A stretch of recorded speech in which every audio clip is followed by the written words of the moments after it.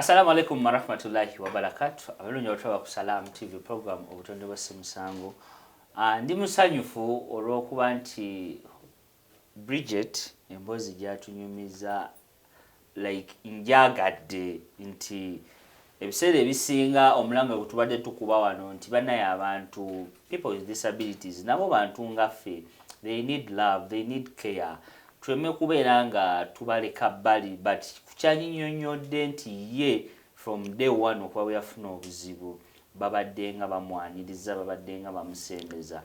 I think eneebeera lesoni eri gye mulimu abatwala ku Salam TV nti tosobola kukola byonna, but ekitono ekyo ky'okoze osobola okubeera nga olina ettofaali ly'ogasseeko. Era wano wendi atugambye ye biology chemistry yali abikola budinda, and kyemanyi ffe ffenna abali wano n'abali behind the cameras obagamba chemistry, biology, physics bayinza okuba nga baleeta obuzibu. So bwe twakomye nga oli ku medication mwezi mulamba togenda gusoma, banno basoma, naye mu kyotunyumiza ekyenjawulo nti gwe index number 001 already yali ku ggwe.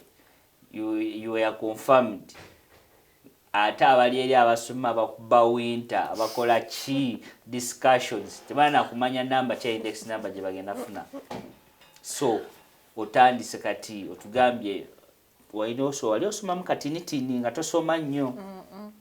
Ninga nsoma mu katinitini naye naddayo kusomera of course awo nga tutandika serious reading exams zisembedde mocks. So by the way, mocks was my first time okufuna good marks in math. Interestingly, it was mocks. When I was a mock nga nungi nengamba ngenda yita UNEB kajje. UNEB kajje. Kyewuunyisa UNEB yajja ffeffe batusindikira omukazi atuyamba. Yes. Since the muwala of course basindikira mukazi atuyamba mu bibuuzo wa seated alone. Kyanyigirizamu okutula nzekka. Ng'olaba otudde wekka your friends kale. I'm not used to sitting alone. It's just okutula n'abaana awo. Weba bikunyiga n'olaba nga waliyo ebimunyiga omulala. Oddamu kumanyi. Kamba tebinyiga nzekka. Naye otudde ate jjukira watugambyeko mbu stress. Wali tolina bba nnyo na stress. Ibibuuzo byo. Exams are never easy. So, otudde wekka, mukyala kuuma. Nina paketi eri awo. Kati omukyala oyo yali akuuma. How did you find it? Yali friendly, jolly? She was nice. Oba yali just bamuleesa akole omulimu gwe bamusasula. Oba bebeera nice na buli omu naye. She was okay because yali asituka munampa ne ku masajja awo ng'obulago obunuma. Neno Peppa teyakulagirirako. Bakuleetera atabimanyi. Ng'amanyi just Luzungu naye. Amanyi Luzungu nti bwe muba mu physics. Because alina okuwandiikirako ebigaana because me have a problem with the hands too. Okay. You're writing for long emikono gituuka ne ginuma. So naye twabiyitamu. Practicals. Ali bu test tube bonna ng'omugamba mixinga kino na kino. Mugamba kunjolezaako nga maze mixing nino bye mixing ra. Badde manyi omugamba mixinga kino. Nino bye mixing ra to be sure kwanze yabisomye. Yeah. So UNEB ne tumuyitamu. Period ya UNEB wagiyitamu otya? Wagiyitamu bw'otyo bakuuma otudde wekka banno balaba muvuddeyo nga bakubuuza how was it bibeera ebadde etya ng'obanyumiza. Kati naye nze okutula nzekka saakwagala nena nali ngambye otuddamu form 6 nja tuula nzekka kubanga olina okulaba ku banno. Ate ne banno bwe baba tebakulaba batandika okugetinga scared. Kulaba ku banno mutule mwenna banyige mwenna. Index 001 bagikuwa. Byo bagimpa. Nga gogwe basokerako. 001 naye bwe nali ngenda okwapanga mbaho. Nina okurepresenting essomero 001. Gwe ambassador w'essomero. Era Katonda omulungi. byakomawo neyanze yali asinze. Oh. What you Nali near 15. And wow, I was the wow, best wow, at school. wow. 15 mu byo kimu kyo wayitamu. 15 zino zifunye. How did you feel like muli munda? First of all, I could not believe that they are mine. Wagamba banzibidde just because of the situation mwendi. Nali sikiza naye saali zaake. 15. They were mine. Wow, Katonda akola ebyamaanyi. Naye si Katonda yekka effort. Kiri kyo watugambye. Nti because laba many of my friends used to tell me, Budala, if singecho zatuuka kunze nzisandizeeyo eyo nabiwuliranga nnyo. And many used to say, how are you not depressed? Because honestly, I admit that life changing so drastically over a night tekiba kyangu. Because njogera ne bakwano bange abali disabled nganze buzibu tuyitamu is acceptance. okikkiriza.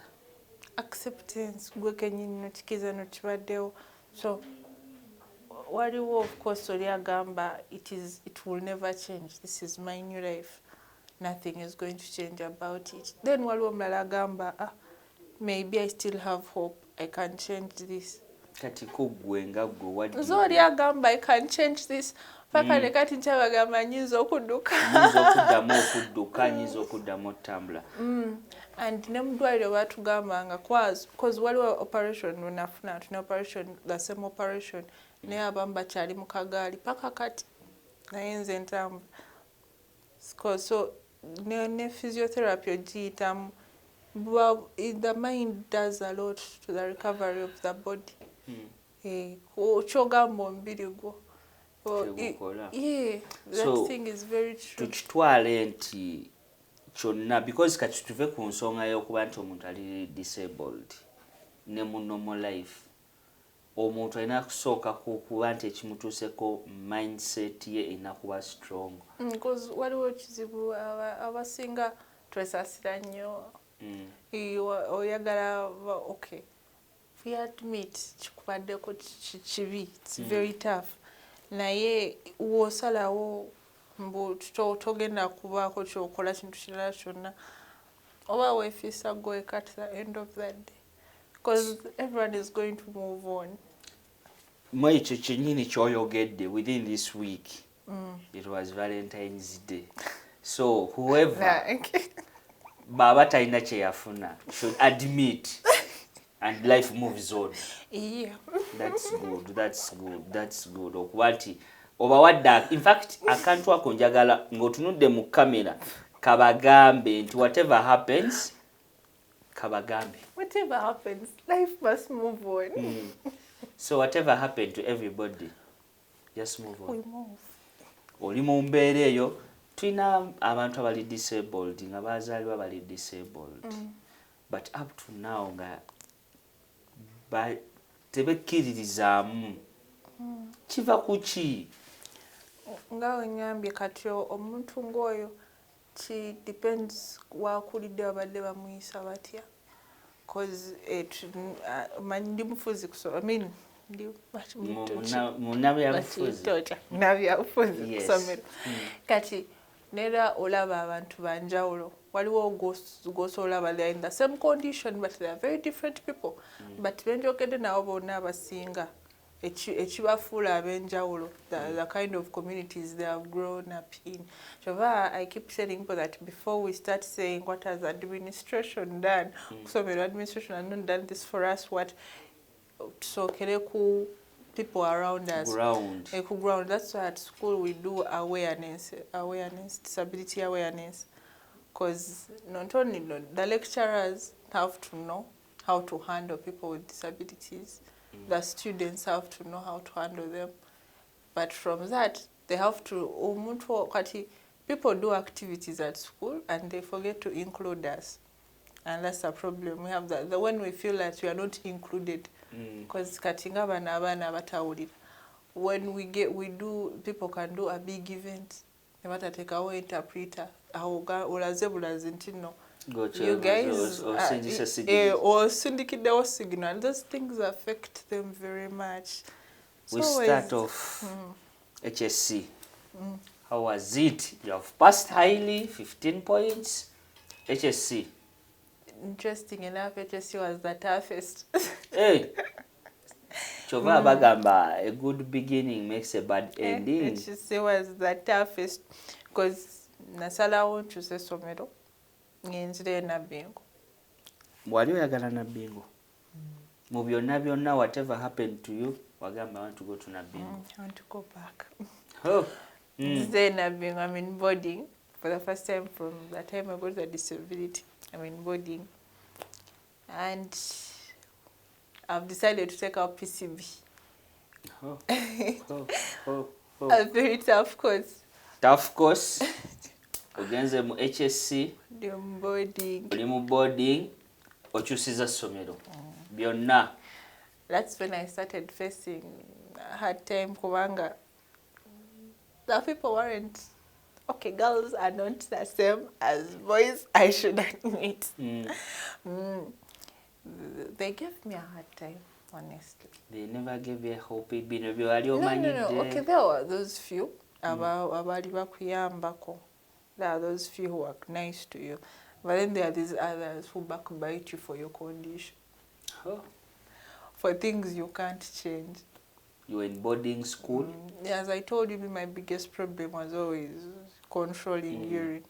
So yes, I admit there are times you're going to find me when I am smelling urine. No, yes. Those times are there. But then why do you have to gossip about that? About it. Why do you have to make me feel bad about it? Because because people are not gossiping about that. They knew the situation and they were accepting it. Yes, level actually someone would come and even that girl smells urine. What do you know? You tried your level best.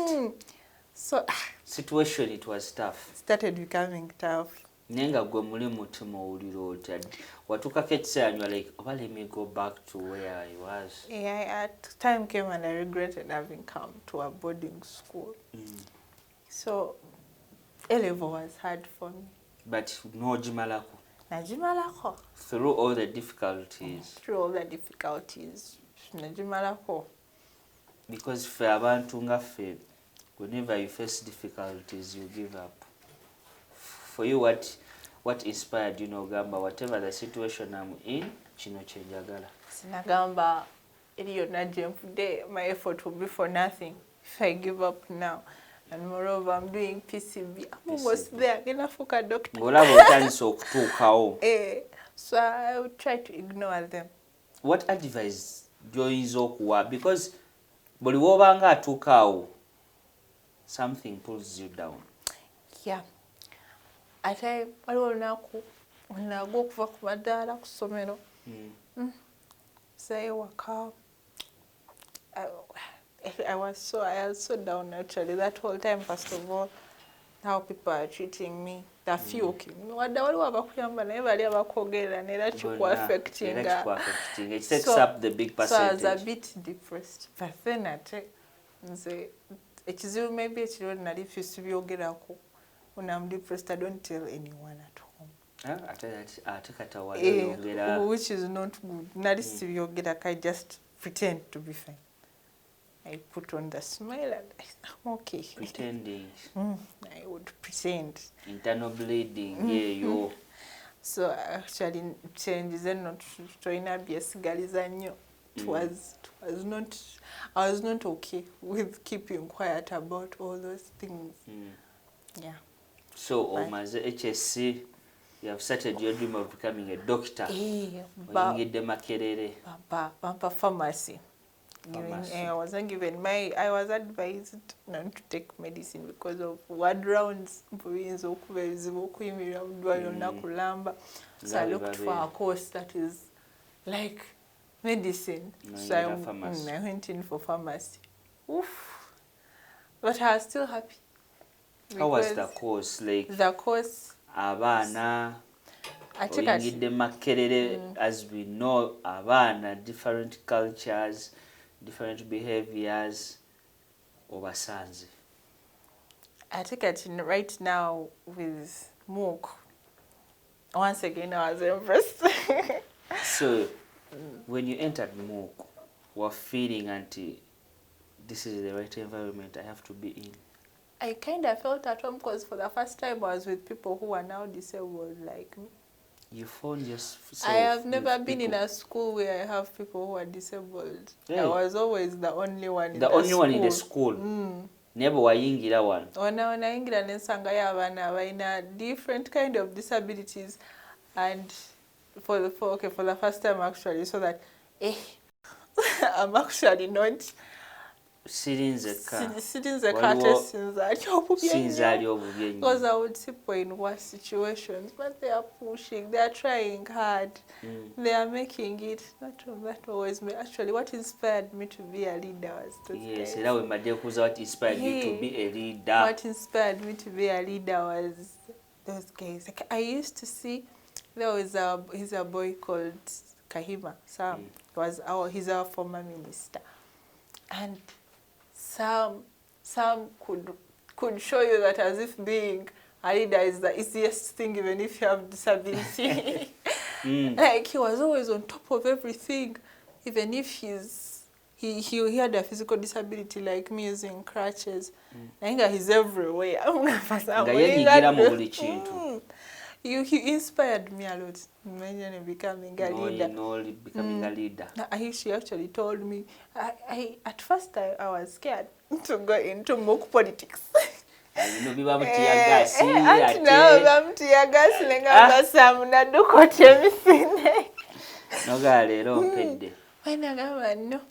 I am going to be behind you. You have to enter politics. You have to enter politics. You're pushing on politics.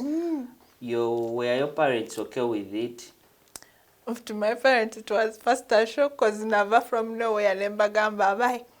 You know, these previous elections were abrupt, and then there was short time to campaign. From nowhere, you already voted, already in the house, so everything happened too fast for everyone. No, I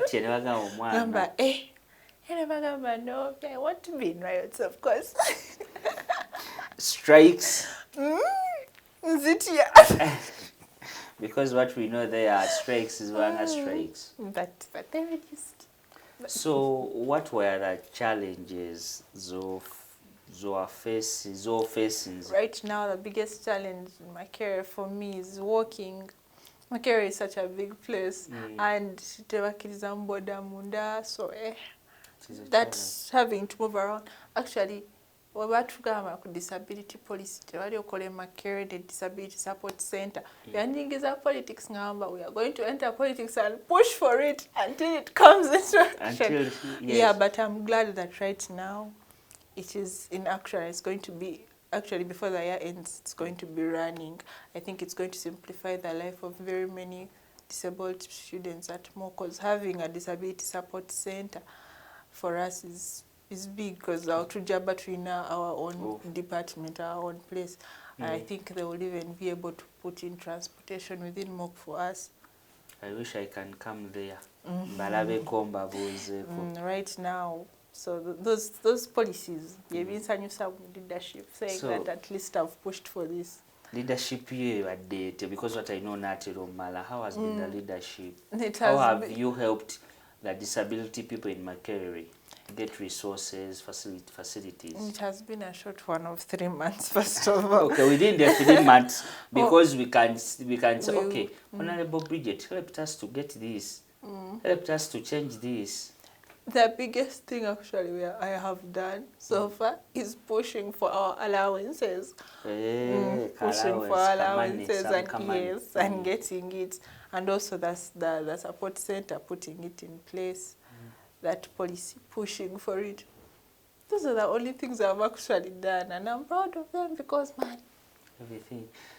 So, Ngatumala, what are your last words to the people out there, to the disabled people and the normal people? Because we have seen Mumbozio Jonyumiza eraga nti wayina determination, wayina kyowalabirako n'ogamba kino kyenjagala?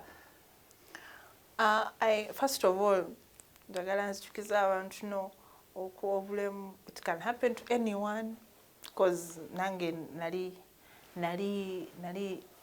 sikimanyi I can ever become a person with disabilities. So singa batekawo, like, you make life for people with disabilities simpler, so that no lukera lumu kintu nekikubaako omanyi nti you're going into a world where you're welcome. Yes. Kati those things, simple things, ramps, elevators on every building. Actually, I feel like things like sign language should be taught from primary. Everyone should know how to sign, so that you feel a person who is deaf feels that I am accepted, that I can speak to anyone freely, because anyone can sign, a doctor can sign. So I'm saying, if that the government, anyone, actually doesn't go to only the government, but people from your friend, if you have a friend with disabilities, make them feel loved, make them feel accepted. Don't isolate them, don't distance yourself from them. These people need support mentally, physically, and in every way possible. So, and also, of course, I want to thank my parents, my friends, and also the recommendation, I got it from Geoffrey Cassidy. It was recommended. Yeah, Geoffrey Cassidy. Yes. And I would love to call upon our ministry to support our event, Disability Awareness Day in Mook, which is going to happen on 18th March. Yes. Yes, to come up and support us financially and all other organizations to support, because we are pushing for awareness to inclusion. We want these people to know that they can make it. Actually, want the whole community to know the different disabilities we have in the community and be more involved with us. And also, they should be aware that whatever kind of disability that is in the community out there, to be aware of how to make our lives simpler, because we just need small things. They are not even much. Okay. Yeah. All right. Thank you so much. Go nabadde ku Salam TV, njagala okuba nga nkwebaza okuba nti obadde otulaba. Njagala okwebaza Honorable Bridget, that inspiring story gyatugambye. And 18th March, I promise myself I will be there. Thank you. Njagala okwebaza mwenna abadde ku Salam TV program Obudonde bwa Ssimusango. Mbebaza buli kimu abadde batulaba, abadde bakola kimwe bali nnyo mwebalire ddala. Tusinkane omulundi oguddako. Amanya Ibrahim Bagalo. Assalamu alaikum wa rahmatullahi wa barakatuh.